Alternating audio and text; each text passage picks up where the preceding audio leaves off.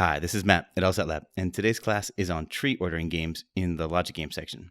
About 10% of all logic games are tree ordering games, so it's a really common game type. It's also not one that's terribly difficult, so this is going to be an important one to learn early. It's a simplified version of a standard ordering game. So the process we're going to take on all logic games is the same. Step 1 is to create a good game board, one that will organize the information well. Step 2 is to notate the rules properly, very carefully, not making any mistakes. Step 3 is to look for connections amongst those rules to derive inferences, things that have to be true for the entire game no matter what. And then finally, attack the questions. So let's model those steps in this game. Take a minute, pause the recording, and set this game up. So see if you can come up with a game board, notate the rules, and make any inferences.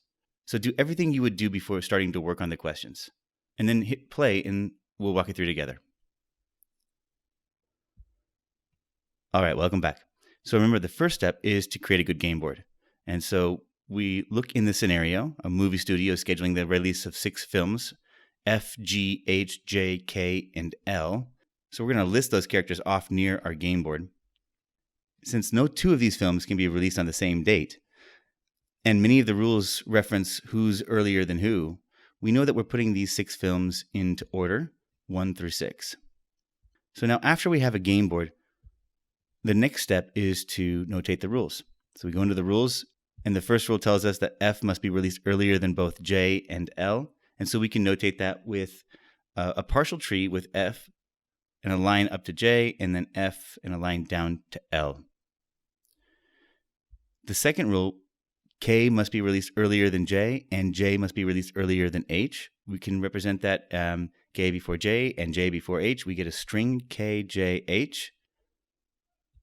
And then the last rule, L must be released earlier than G. So we have L before G. Now, one thing we want to work on is the idea that we can connect the rules as we write them down. We don't necessarily need to write them out separately and then connect them together.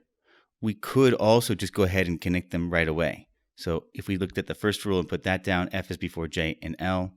The next rule includes J, right? We're going to have a K, J, H. So we could just attach the K before the J and the H after the J. And then the last rule tells us that L must be earlier than G. So we can just add behind the L a G. And now we've got all the rules notated in one fell swoop. So the types of rules we should expect to see are relative rules. Lots of relative rules. Most of the rules will be relative in that they will relate 2 or more players together to build a rule that doesn't give us exact positions, but it does give us relative positions. Then there are position type rules where they rule out a player from a specific location on the number line. There are fixed rules that relate 2 or more players in a fixed relationship. So unlike relative rules where we know one might be earlier or later, a fixed rule will give us the exact positions between 2 or more players. And conditional rules, if G is earlier than F is earlier than H. So this is an if-then relationship that is connecting 2 other relative relationships. So now that we've got the rules notated, we want to look for inferences. In a tree ordering game, some of the inferences are pretty straightforward. We want to make sure that we understand who could go first. So with the front of the tree, there's no one that has to go in front of K. There's no one that has to go in front of F. And we also want to know who could go last. No one has to be behind H. No one has to be behind G. Either of them could go last. We may even also want to ask who's the most limited of these players. Who's the most heavily restricted? Right? So to do that, you're going to look for the player that has the greatest number of other players shoved either one side or the other of it. So take a second and see if you can figure out who is the most controlled player in the tree here. In this case, F is the most controlled player in the tree because F has 4 players that have to go behind it. No other player has so many that either have to come before it or after it. So then after we pause to look for inferences, then we want to move on to the questions. Here's the first question. Pause the video, give this one a try, see if you can find an answer that you like, and when you're ready to review it together, hit play again. All right, welcome back. So in this question, it says, which one of the following cannot be true? So if it could be true, we're going to cross it off. 4 of these answer choices are things that could be true. We're going to get rid of them. The one that we can't make true is the right answer. We'll go ahead and pick it. If we put F second, then the only other player that could go first is K. And that leaves J, H, L, and G for spots 3 through 6. We don't exactly know where they're going to go. This looks like it's possible. A could be true. Let's cross it off. B says G is released third. Well, we don't have that in our hypothetical here. There's no way we could put G into the third position working with our work from answer choice A. So what we might decide to do is just to see, before we get rid of this hypothetical, could we use it to get rid of any other answer choices? And rather than test B, let's pass over it and look at C, because we can put H in the fourth position using this hypothetical. And we can put J in the third, H in the fourth, L in the fifth, G in the sixth. And so we can use that same hypothetical, or at least a variation of it, in order to help us eliminate answer choice C. Answer choice D says that K is fourth. Well, we don't have that. Answer choice E says that K is fifth. Well, we don't have that either. So then we go back to answer choice B and see what happens. G is third. If we put G third, what happens? Well, F and L need to go before G in spots 1 and 2. And then K, J, and H need to form a string in that order, 4, 5, and 6. But it looks like G could go third. So let's cross it off. Answer choice D says K is fourth. We have that here in the same hypothetical, so that could be true. Cross it off, and that leaves us with answer choice E. That's the correct answer. It must be false, but why? Well, how are we going to get J and H behind it? Right? There's only one spot behind the fifth position, but K has to have J and H after it, so E cannot be true. That's our answer. Right? So on these global questions, often we're reading things out of the tree. And sometimes we need to plug things into the number line in order to see them more clearly, but oftentimes we can see them just by reading out of the tree. Here's the second question. Hit pause, and when you're ready to review it together, hit play again. Welcome back. So this one's asking for what must be true. Again, probably want to reference our tree. So A says that F is released earlier than H. If we look at the tree, does F have to be earlier than H? Well, if we try to connect F and H, we move from F to J and then from J to H. This does look like it has to be true. Hold on to A. Let's see what else we get. Answer choice B. J is released earlier than G. So if we look at J and we try to trace a line to G, first we go to F, then we go to L, and then we go to G. But whenever you change directions within the tree, as you're tracing a line between two players, if you ever change directions, that means that you can't establish a relationship between those two players. Since we had to change directions at F, first moving from right to left and then moving left to right, J to F, F to L, we changed directions and we don't know the relationship between J and G. This could be false. It doesn't have to be true. So let's get rid of B. C says that K is released earlier than G. If we trace a line from K to G, first we move from K to J to the right, then we move from J to F back to the left. See, we're changing directions automatically. This is not going to work. You can't trace a line between K and G without changing directions. And so this could be true, could be false. We don't know. Answer choice D. L is released earlier than H. Well, if we go from L to H, first we move from L to F, right to left, and then F to J, left to right. So as we change directions there, we can't establish a relationship between L and H. And so get rid of a D. Answer choice E. L is earlier than J. So we're starting from L, we move to the left, F to F, and then back to the right to J. We're changing directions, can't establish a relationship between L and J. So yeah, A is the correct answer. Here's question 3. Give it a try, and when you're ready to review it together, hit play again. All right, welcome back. If G is released earlier than H, so this is giving us a new piece of information or a new rule. And we could adapt the tree that we have according to the new rule. If we did, we need to imagine taking the H and pulling it back behind the G. We need to keep the line segment from J to H, but we also need to add a line segment from G to H as well now. So now we might ask who could go first and who can go last. And it's clear that H has to go last. J or G could go or have to go fifth. One of them has to go fifth. And F or K, one of them has to go first. So since this is it could be true except question, it means that 4 of these answer choices could be true, one cannot be true, and that is the correct answer. We're looking for something that's going to break the information that we discovered. And while we didn't discover a whole lot of information, we did get some. So any answer choice that tried to put someone other than H into the 6th position would be the right answer. Again, we don't get that. But then any answer choice that's putting someone other than J or G into the 5th position would also be the right answer. And here we do get that. Answer choice E. Right, so we want to just look to try to contradict the information that we discovered after following the inference chain on a local question.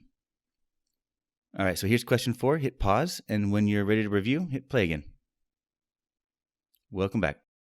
If L is released earlier than K, so L is earlier than K, then which one of the following could be true? Well, now this is a little bit tougher to link together, but we can still do this. Right? We have this KJH string, and we're going to start the K after L. So you can imagine sliding that string further back behind the L, and then we can clean this up just a little bit to make it a little bit easier to read. But F will be before L will be before K and G now, K before J, and J before H. So who could go first? Now it has to be F. And L has to be second. Who could go last? G or H. All right. Which one of the following could be true? Well, answer choice A says that L is third. No, L is second, so we can get rid of A. L is fourth. No, L is second. We get rid of B. H is earlier than L. No, only F is. Get rid of C. J is released earlier than G. Well, I mean, that looks like it's possible. We don't really know a relationship between J and G. We can trace a line between them and change directions. So skip over that and we look at E for a second. Answer choice E, J is earlier than L. Well, in fact, that's not possible. L is before J, so we can get rid of E, and that lets us choose D as the right answer. Here's question 5. This is the last question in the set, and it's a really tough, relatively newer question type. It's asking us to find another answer choice that would have the same impact as the rule that they're trying to replace. Hit pause, and when you're ready to look at this together, hit play again. So as I said, this is a substitution question. We can see that in the language. If substituted for the condition, would have the same effect. So on substitution questions, unless you get lucky, you'll likely need to take 2 passes through the answer choices. In the first pass, you want to make sure that the answer choice that you want to pick must be true based off of the original set of rules. So just ask yourself, does this answer choice have to be true? If it does, keep it. If it doesn't, get rid of it. Does it have to be true that K is the only one that can be released earlier than F? Well, yes. J, H, L, and G all must be released after F. So since A has to be true, we're going to keep it and look at B. K must be released earlier than L. If we trace a line between K and L, L to F, F to J, see how we're zigzagging? As soon as we change directions, that means that we can't establish a connection between the 2 players. And so it doesn't have to be true that K is earlier than L, and we can get rid of answer choice B. Answer choice C, F must be released either first or second. That looks like it has to be true. We know that F could go second. There would be room to have J, H, L, and G behind it. It could go first. But yeah, it's going to have to either go first or second, so let's hold on to C. Answer choice D says that F must be released earlier than both K and L. Well, F has to be earlier than L, but it does not have to be earlier than K, so we can get rid of answer choice D. Answer choice E says that either F or K must be released first. That does have to be true, so we're going to keep answer choice E. So on our first pass, we were looking for what has to be true, and answer choices B and D we could eliminate. Answer choices A, C, and E all had to be true, and so now on our second pass, we want to treat it more like a sufficient assumption, meaning we're looking for an answer choice that in conjunction with the other rules would prove the rule that's being eliminated. So what would be sufficient to get us back to that old rule? What could we add to the rules that we're keeping that would produce an inference that would guarantee that the replaced rule, the old rule, must be true? So answer choice A. If we added the idea that only K can be released earlier than F, would that guarantee that F is before J and L? Well, if only K can go before F, that would mean that J and L have to come after F. The rules that J is before H and L is before G still pertain. And so, yeah, that would make it so that F has to be before J, before H, before L, before G. This would guarantee the original rule. So this is the right answer. But let's just double check C and E. So C says that F must be released either first or second. If we put F first or second, does that guarantee that F is before both J and L? So if we put F second, could we make it so that either L or J is before it? Let's try putting L before it. If we did, we put G in 3. Now we could put K, J, H in that order, and we have a situation that satisfies answer choice C, that F is either first or second, and yet it doesn't establish the original set of rules that we were given. So get rid of C. Answer choice E, either F or K must be released first. So if we put, let's say, K first, is it possible that we don't end up with F before J and L? Maybe we go K and then J and then H, F and then L and then G. This would satisfy answer choice E, or the rule presented in answer choice E, and all the other original rules, but yet would not guarantee that F is before both J and L. So we can get rid of answer choice E. It's got to be both ways. The original set of rules needs to prove this answer choice, and this answer choice with the other rules should prove the old rule that's being eliminated. So that's it for this game, but I want to look at a couple of things that can happen in tree ordering games before we wrap up with this lesson. So one thing is subgroups. And subgroups aren't necessarily terribly difficult, but it is a feature of some games and not of others. And when it appears, sometimes people struggle with it. So let's suppose you have 3 volunteers, F, G, and H, and 3 employees, R, S, and T. They're going to be assigned to a concession stand each Saturday for the next 6 weeks. So we've got different kinds of players in our game. Some are volunteers, some of them are employees. The way we deal with that, we can create separate areas for the different kinds of characters in our roster. Some of them are volunteers and some of them are employees. We could, if we wanted to create more distinction across the characters, we could put some of them in uppercase and some of them in lowercase. That works when you have 2 different kinds of players. It does not work when you have 3 or more types of players. You could also use subscripts. That would work regardless of how many types of players you have. It does get a little bit clunkier, but you can still use it nonetheless. So if these were the rules, what would this look like? So go ahead and hit pause and see if you can put together the tree for this game. All right, welcome back. So we know that R is before S, and they're both employees. So we could use subscripts. We know that S is before F and G, and we know that F is a volunteer and G is a volunteer. We also know that G and H are earlier than T. Right? G is a volunteer, H is a volunteer, and T is an employee. And so with subscripts, we can keep track of who is who just as easily. If we wanted to use upper and lowercase letters, that's fine too. But that's one way in which we can cope with dealing with different kinds of players in a tree ordering game. The next feature is one in which we have an uneven number of players to positions, and this can actually take several different forms. So one thing that might happen is that you have more players than positions. If you have 7 players but 5 positions, each element is assigned to exactly 1 position, and each position is assigned at least 1 element. Well, that means that we're going to have some positions with more than 1 element on it, more than 1 player. And because this can happen in several different ways, one way is where you have 4 days with 1 player and 1 day with 3 players, but you might also have 3 days with 1 player and 2 days with 2. So these are different ways in which we could distribute the 7 players into the 5 positions numerically. Alternatively, we might have the 7 players, 5 positions, and a rule that says that each position is assigned exactly 1 player or element. So now we're going to have some extra players. And in this case, what we want to do is create an outgroup. So we have the 5 that we're going to order, 1 through 5, but now we also have this outgroup of 2 other players that we want to keep track of. The mistake would be to try to keep track of them in your head. Unfortunately, you're much more likely to make a mistake when you try to do this in your head. So just go ahead and put in an outgroup and track them. If you've got 2 slots for the outgroup, that'd be great. Alternatively, it might be the other way around. You might have more positions than players. So if you have fewer elements than positions, let's say you have 4 players but 5 positions, If each element is assigned to exactly one position, one of the positions isn't going to get a player. It's going to end up blank. And so what we're going to need to do is, as we're playing this game, we're going to need to slash out a particular position. Or with a rule like this, given that each position is assigned exactly one element, now we're going to need to have somebody go more than once. So sometimes we'll need to create slashes in order to slash out positions.